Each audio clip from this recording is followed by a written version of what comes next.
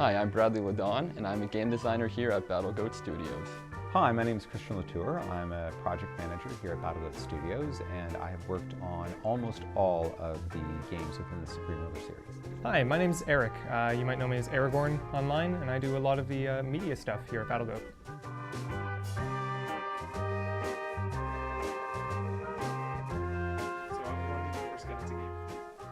First got into gaming, wow, it's been a while. I would probably say when I was young, back, my dad had a Nintendo 64 in my house, and I played that and slowly progressed through that in the PS2 era and up there. I couldn't pinpoint an exact year, but I was young, so if I can't remember, it's probably because I was too young. And what was the first game you played? Yeah, another tough question. Thinking back to my childhood, the real game that sticks out is like Ratchet and Clank, so I would say probably that, but I remember playing GoldenEye and Super Mario 64 also. Those were classics. And nowadays, what do you normally play for fun? It's a variety. At the moment, I'm currently playing The Witcher 3 for like the 40th time, trying to actually beat it this time because I keep getting into it, then like it all falls apart. But I'm playing that, and I'm also playing Tom Clancy's Wildlands with a friend. So those are the two games that are going back and forth at the moment. Well, I was never a huge video games kid growing up. My parents were really focused on trying to get us into school as much as possible, so I didn't really end up playing a lot of games, but I do remember games like Spore growing up, or like some older Mario Kart games, kind of, you know, the more cliche fun games.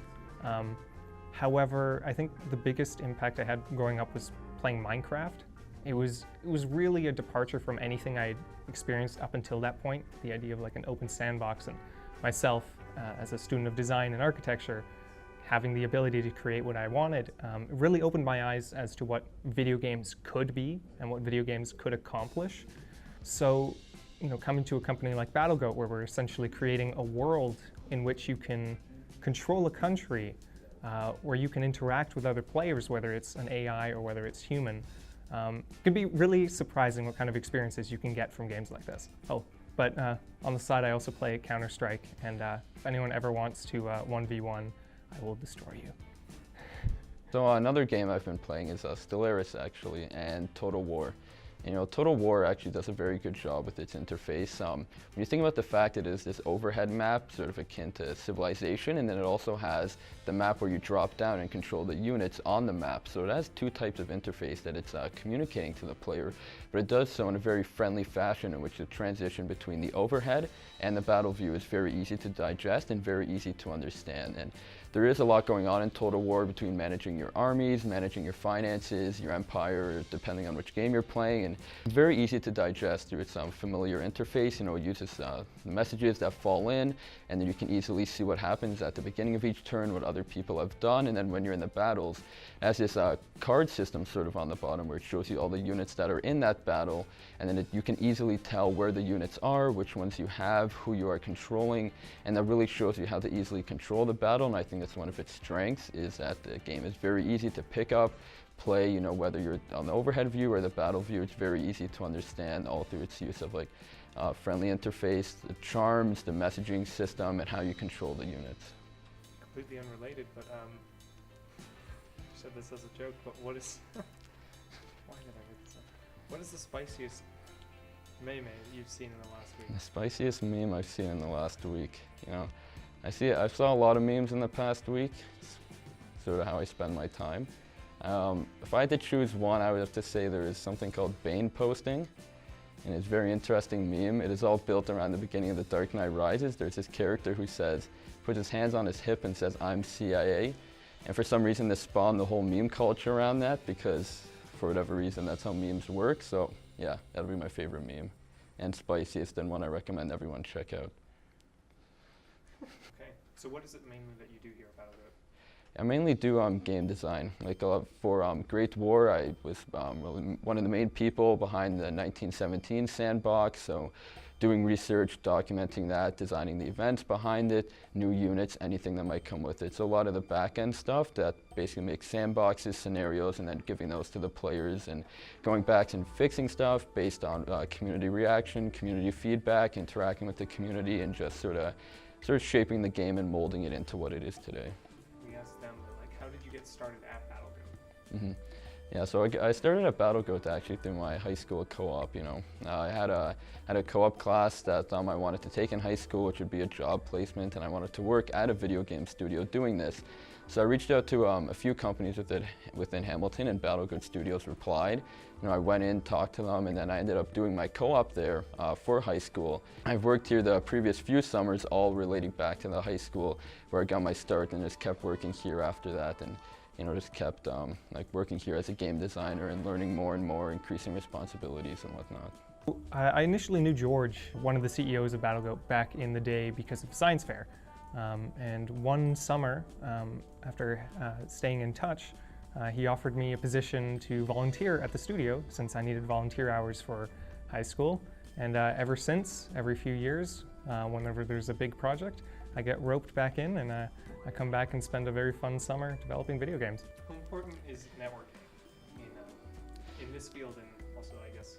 Yeah, no, networking is sort of the key to the video game industry because, you know, it's a pretty like small industry. Like, sure, it's grand in size and everything around it, but it's sort of, you realize how connected it is once you're sort of in it and people know people and how they're all related. So I'd say networking, if you want to get into the industry, is probably one of the biggest things because you know people, you get referrals, and that's how you find out about new job opportunities, new stuff going on in the industry. And it's always good to keep up with what is going on, who's working there, and you never know down the line when something might come up and then that person remembers your name and then reaches out to you. So I'd say networking is very key for getting in, and you should jump on the ball immediately, whether it be through Twitter, LinkedIn, or just reaching out through people.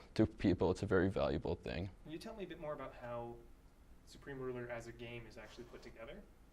Mechanics-wise, the way the game functions is a background map over which there's a user interface that's overlaid, and that's built in a number of pieces, files that contain various elements, such as each of the panels for the land department, production department, state department, that they will exist as one file, and each of the buttons that opens a sub-department is another file, and some of those are even pieces that if we have a pull-down menu, that the button will be in one file, and when interacted, it's actually calling another file. And this means that we have this, within a given file, we have a collection of strings, list boxes, graphics that are sometimes buttons, sometimes it's iconography to show the player what does this number mean. They look at the icon. We use a lot of tooltips where the players can hold over elements within the game to get sometimes a small box, it'll just be one sentence saying this is what it is.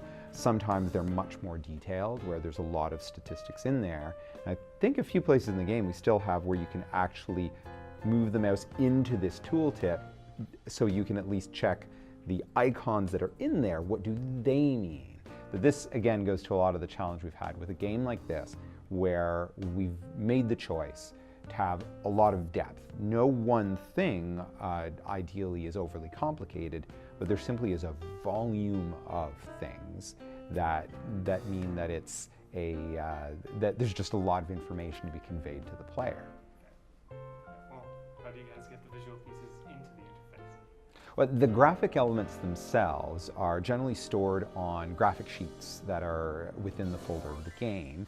And we use a definition file called a styles file that, well, the styles file is actually something that Erik has worked on.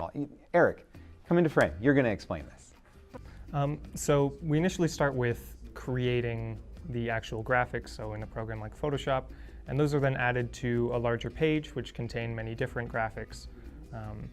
Afterwards we use a spreadsheet which essentially acts like a lookup table, which will allow us to select a specific position on those sheets, which will then allow us to set a starting X and Y, and the height and the width of the actual object. You can then add extra frames in the case like an animation like a clock, or you can add special attributes like changing color when your mouse goes over an object, or when it's paused, or when it changes state. And what's really interesting is that we've got multiple different sheets that essentially can stack over time. So as you're playing through the game, you might start in 1914 and then move on to 1936, and you might notice that the graphics change a little because the game is able to call onto different sets of these sheets which contain different actual source graphics. So thanks, Erik. Yeah, and that's how a lot of the graphics get into the game and some of the stuff that other team members are working on. As far as getting the rest of the graphic stuff put together, the 3D models, referred to as meshes, exist as objects in a folder, and they have their textures. We have files that sort of piece those together, and then the equipment list can specify which models and potentially even which textures are used. We even have a system by which the game sort of understands what region is using the equipment based on if it's German equipment, French equipment, Italian equipment, and it can have a custom skin for a specific region. That one of our modders has been really taking advantage of that, making a modded model for something that he likes, and then providing 6 or 7 different regional textures. So it really gives good flavor as you're playing that unit from different places and stuff. Hopefully that gives everybody a good idea of how the game is done, but it occurs to me, since we brought Erik on frame for a couple of minutes to help explain the graphics stuff, the reason all these videos get out to you guys is because Erik takes time to get everybody out of their seat, bring them in front of the camera, and ask us some questions. So I'm going to hand off the rest of the video to Erik, and we're going to get him to talk to you about some of what he does at the studio. What's been the most effective social media move that you've been able to do? So I mean, obviously things like putting up ads, we've been working with George recently to run ads on specific channels and targeted ads and create content specifically for an audience. Aside from stuff like that, we're also creating videos like this, where it's an interview series, or where it's where we're actually getting to see more behind the scenes and get more insight into what it's like to develop games from the actual minds of the creators, get different opinions, get different, everyone so far has been asked, what games they've played growing up, or what they're playing at the moment, and stuff like that isn't necessarily what a lot of people talk about when they're going into stuff like this. A lot of people will give advice on specific, how to set up a portfolio or whatever, and that's important, but a lot of times it's important to understand where game development and where the passion and so on really comes from. And I think that being able to create a series like this is actually really effective in communicating to our audience and to our players how important video game design actually is to us. And I remember when the very first devlog went up, how many people were actually interested and excited to see this sort of content.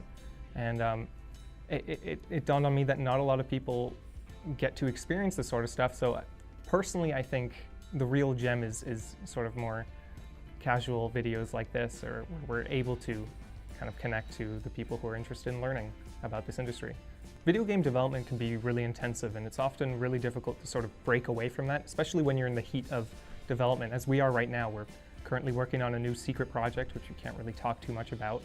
And it's really wonderful that so many of the guys here at the company are able to kind of take the time out to actually sit down and go through an interview process, or be part of another video and actually showcase their passion for both the industry and the projects that they're currently working on. And I think that shows a lot in, for example, videos that you've done, Chris. I hope that'll motivate all of you to actually keep watching these videos, and hopefully it'll also inspire you to create content of your own. Is there anything you'd like to say to the community?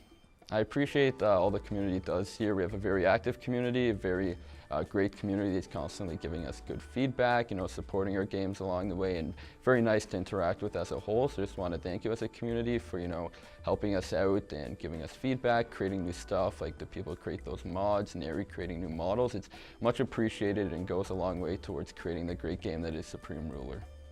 Make sure to like, subscribe, follow us on all of our social medias. We've got Twitter, we've got Facebook. We're all very active on all of those. We've got a Discord channel.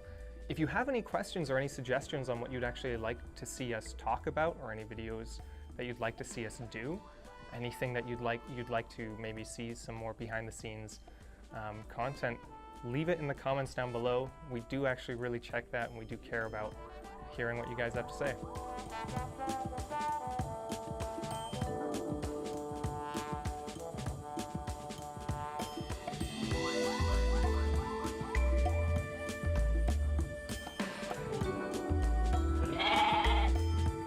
As long as it doesn't involve coding. I think I once touched Python and it strangled me.